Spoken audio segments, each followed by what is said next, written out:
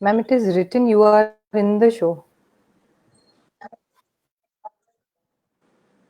नमस्कार, welcome once again. और आज ये marathon 24 hours marathon for mental health अपने क्लोजिंग सेरेमनी की तरफ अब पहुंच चुका है। कल रात 12 बजे जब आपसे रूबरू हुई तो बहुत सारी डर भी था कि सब ठीक से हो जाएगा, और भगवान की कृपा से हमारा पूरा प्रोग्राम बहुत स्मूथली आज दिन भर चला। और अब क्लोजिंग सेरेमनी में हमारे साथ हमारे चीफ गेस्ट हैं मिस्टर राजेंद्र रत्नू सर। नमस्कार sir.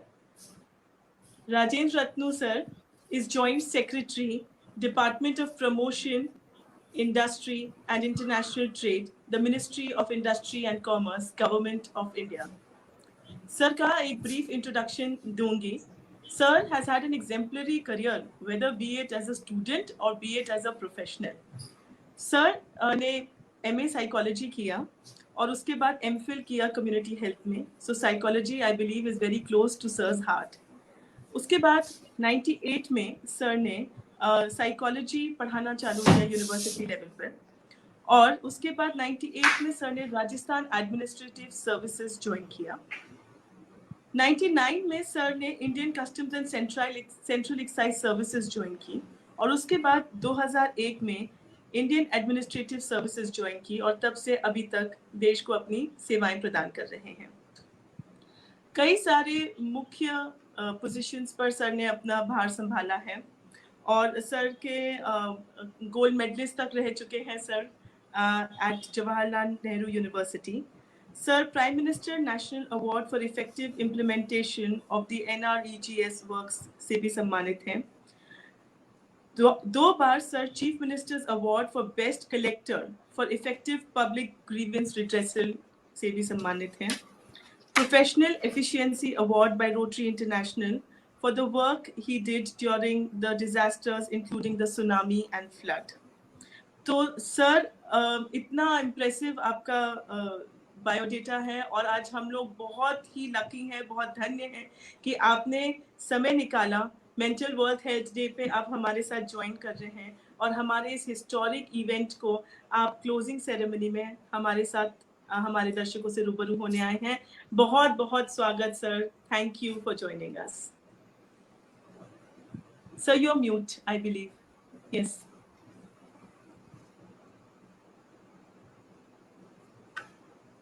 So you'll have to Sorry. Yes. Yeah. Yeah. धन्यवाद. बहुत बहुत शुक्रिया आपको. काफी आपने समय लिया परिचय देने में. Let us try to make over the lost time, and I'm equally privileged to be in this very prestigious event today, and I really admire the entire team for such innovative and novel idea which shows your commitment and conviction to see that how mental health care has preoccupied your thought, your actions, your emotions, everything. So best of luck, and let us now get on to the issues. Right, sir. So, sir, we have a few questions for you.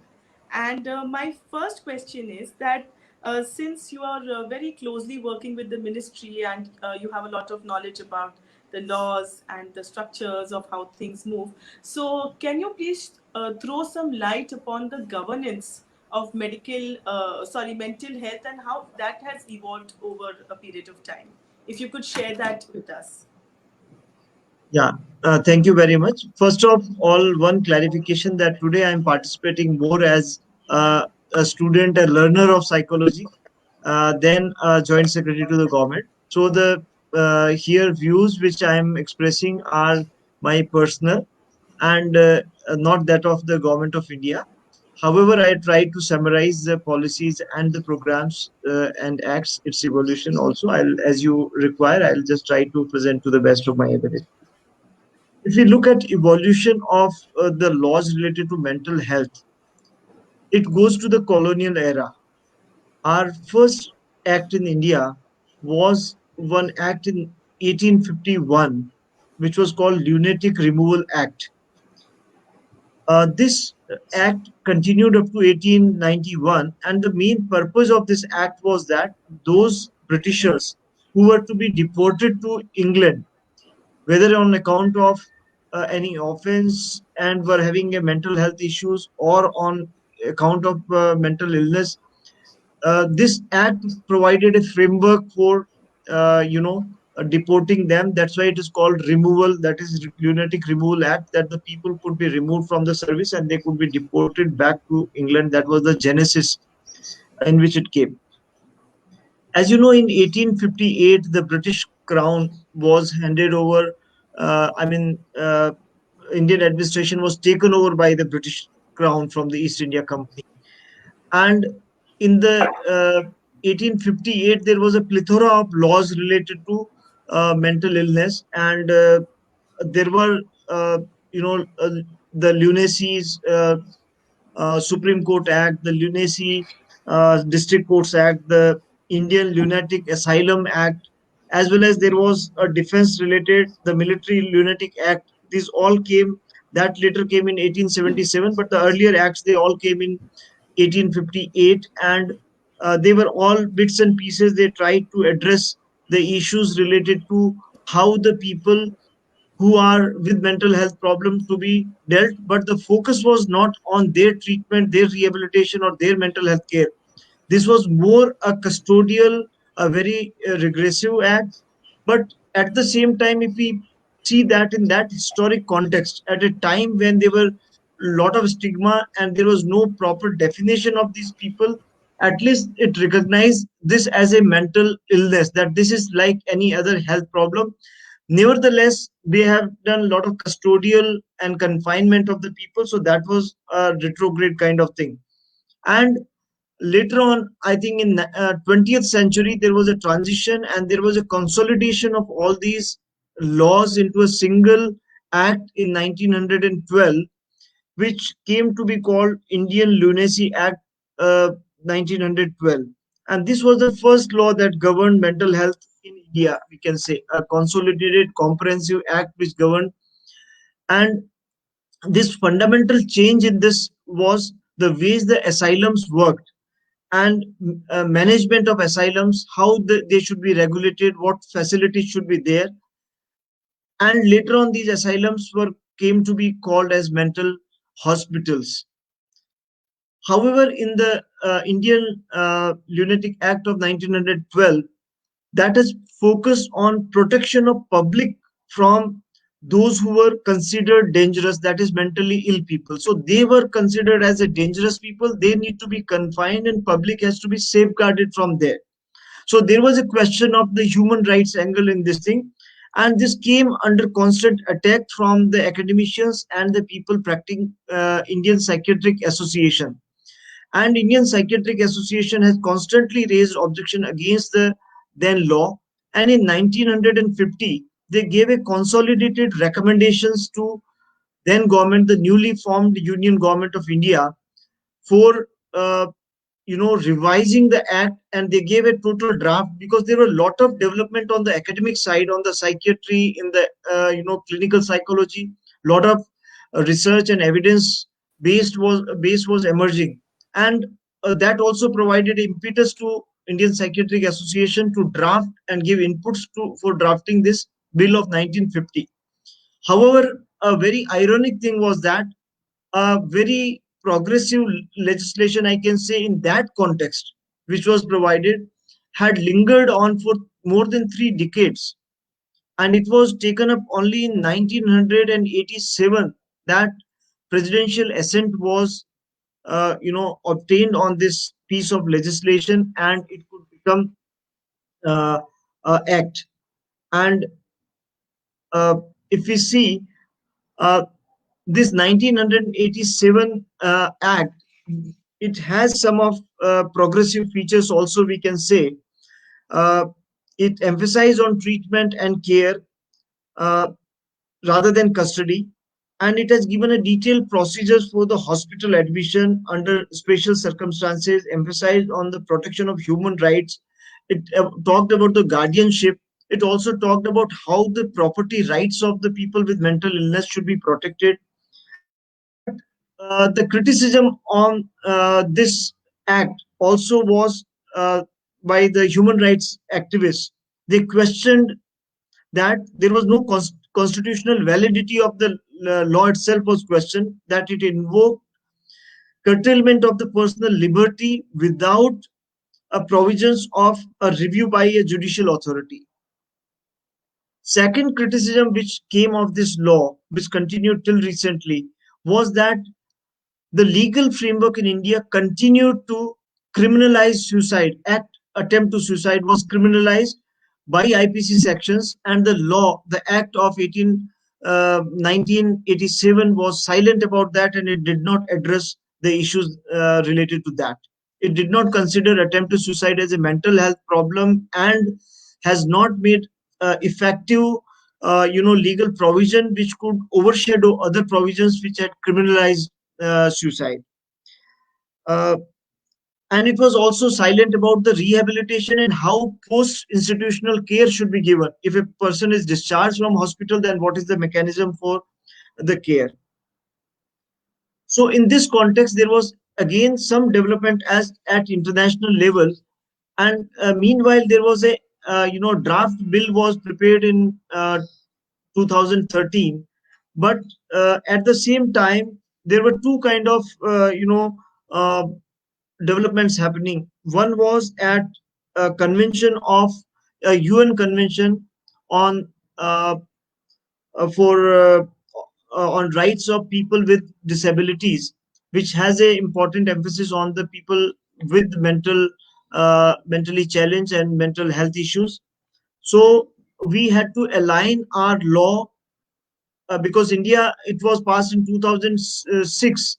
UN had passed this convention, and India became a signatory in 2007.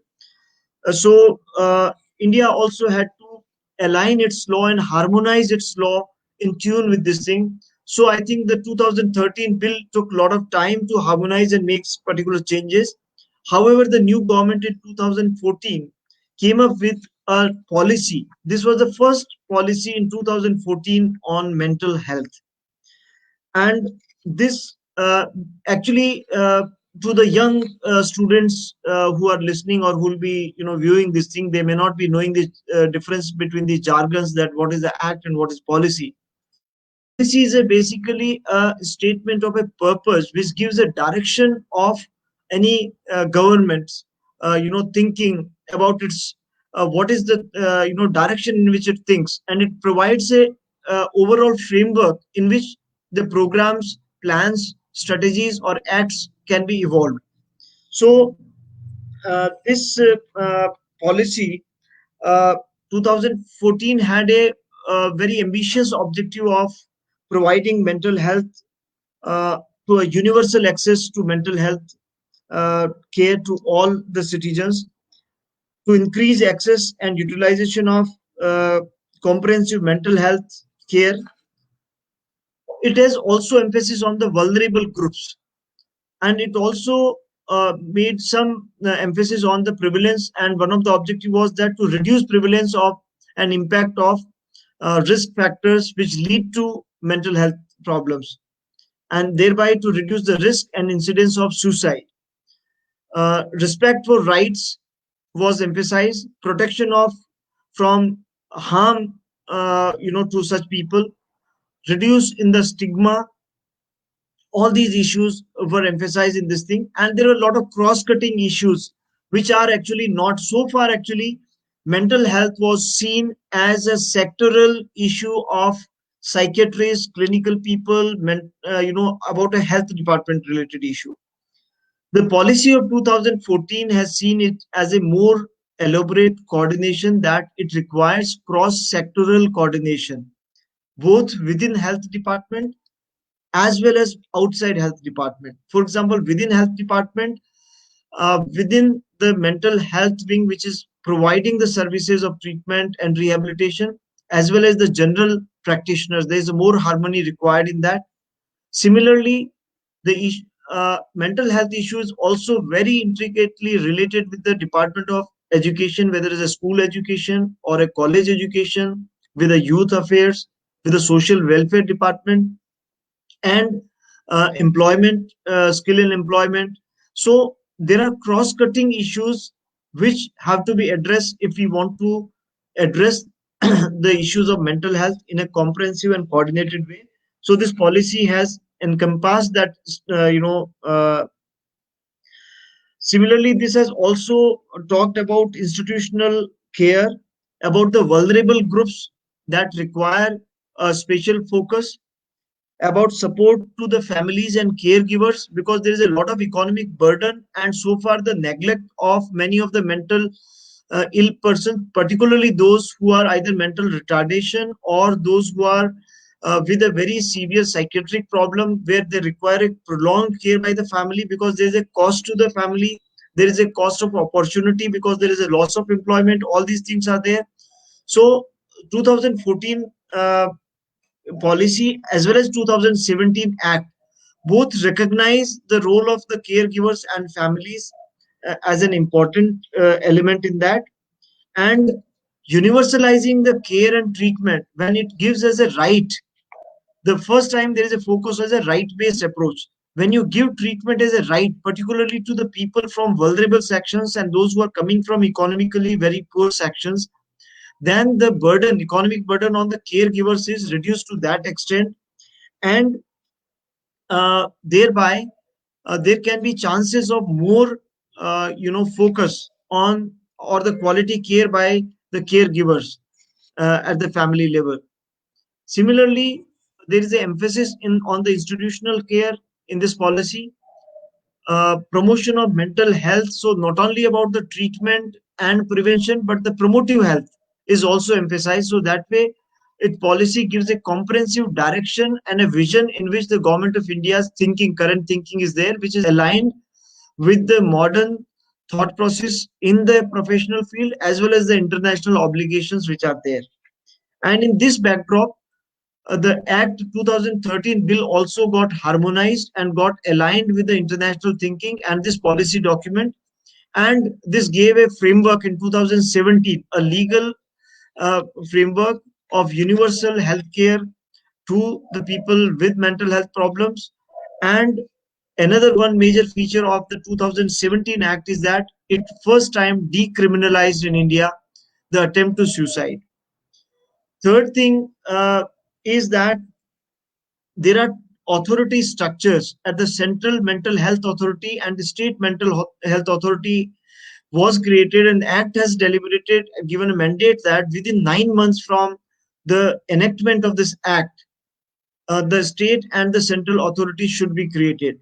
So government of India has created central authority already, and I think I'm not from health department, but to my last secondary sources, which I could browse and find out that around 19 states of all have constituted the state authority.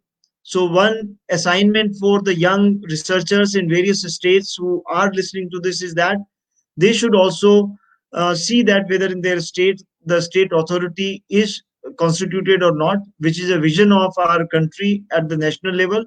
And as a citizen and as a representative of the people with mental health care, and as a very important stakeholder, you should also take up this cause with the concerned health departments and to find out that at what stage the constitution of the state health authority is pending, and how we can see that that is expedited. So this is, I think, I'm also an old lecturer of psychology. So you asked me a question, and I gave a long lecture on that. That is broadly the background of evolution of the law in the country. And I covered from almost 19th century. I have traveled with you, in early 20th century and after post independence and UN convention and Indian policy, current policy, as well as the act. I have not gone into too much detail, but I tried to touch all these, the governance structure. But one thing is that if we really want to achieve the goal of universal mental health care for every citizen of the country, I think we need to have empower many people in the community, and we have to think out of box as a nation as to how to reach out to them, because at a global level, there is, uh, one person, one specialist over 1 lakh population. While in India, there is one professional over 5 lakh population. There is a point 0.2 persons over 1 lakh population. So there is a huge gap. And to bridge that gap, and that also, if you see the concentration of the professionals, they will be, a majority of them will be in the metro and the mega cities, and a very few on the other side. So though we can say that there are a lot of correlation of modern life stresses in the urban areas and there may be more psychiatrists needed, but nevertheless, there are many other factors and there are people in the villages and other areas also who are need of the care. And I think somehow we have to have a middle layer between community and specialists, and somewhere we should think about like how a barefoot doctor scheme or the health workers in the initial. So can we think of Anganwadi workers, selected Anganwadi workers, or selected school teachers, or selected self-help group members who are educated up to 12th at least, or giving them some sort of a module of 6 months or so, and to train them. So if they are having the interest and required aptitude, and if they are giving a appropriate training, then we can create perhaps a army of volunteers at the grassroots level who can be para professionals, who can become a link between the professional caregivers and the caretakers at the family level, who may be ignorant and not so much aware.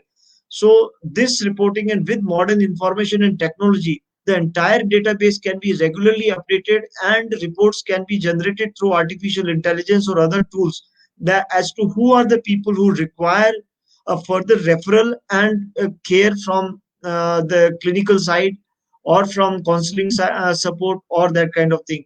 So that is a thought I think we have to take further. And I think 2014 policy also gives a lot of emphasis on the research.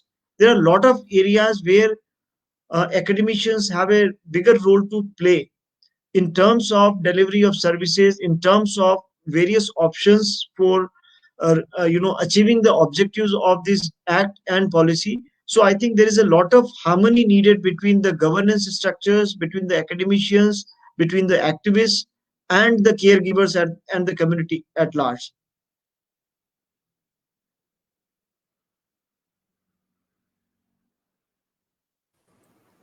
Thank you very much, sir, and for that Sir, enlightening and sir, informative session. Yeah, you would like to say something, Sonam? Yeah. You are mute. Yeah, ma'am, I have a question from sir, that what are the best coping strategies that stress? Yes, sir. Nice question. Sir, Best I'm coping just strategy. Just asking.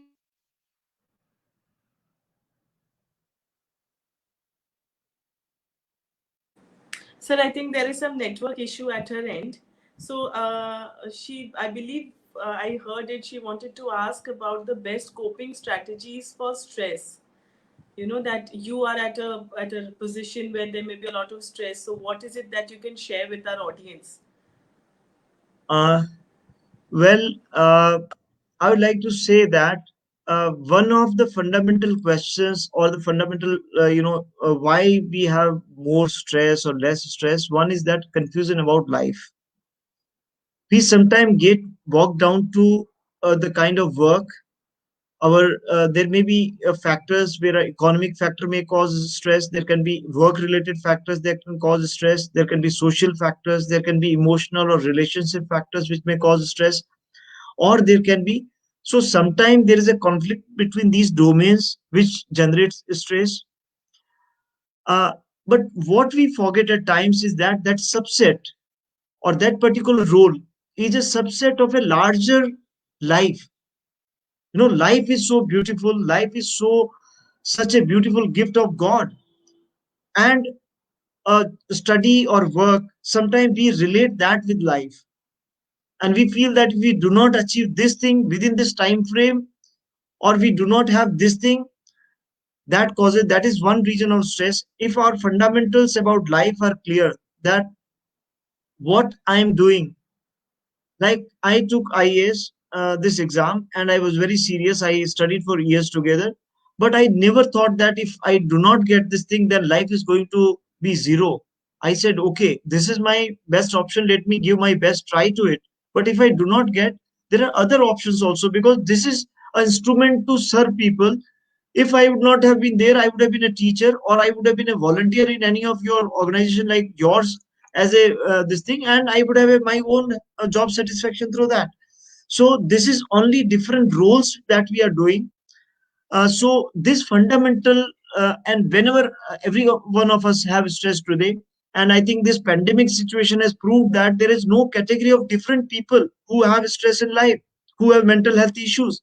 As a community at large, that globally we have faced and we have gone through an era in 2020 where cutting across the social strata and cutting across the geographies, we have seen such stress.